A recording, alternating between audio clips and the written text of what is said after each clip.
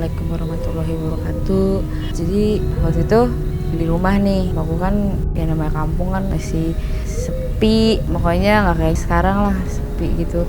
Nah bokap gue kan emang kerjanya kan pulang malam terus kan, dari pagi pulang malam. Nah rumah gue itu ada ruang tamunya. Kalau malam tuh anak-anak tuh dibawa masuk ke kamar sama nyokap gue. Habis ngajak anaknya tidur, nyokap gue tuh selalu nungguin bokap gue di ruang tamu sembari tiduran pakai sofa. Nah pas nyokap gue lagi tidur sekitar jam 3-an gitulah, tahu-tahu nyokap gue tuh udah ngelepak kakinya, kayak dia ngebangunin.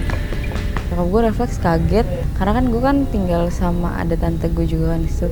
Saya kirain tante gue tuh ngebangunin kalau suami tuh udah pulang gitu, ngasih tahu. Ternyata tuh enggak, nyokap gue bangun, kok ada orang. Aing di dia emang. Duh, gue gak ada cerita lagi apa ya. Tunggu. Oh,